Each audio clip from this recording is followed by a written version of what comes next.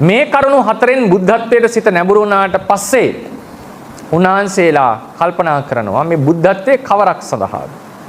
බුද්ධත්වයේ ලබන්නේ තමන්ගේ විමෝක්ෂයක් පිළිබඳ අදහසකින් නෙවෙයි. තමනුත් විමෝක්ෂය ලබන බව ඇත්ත.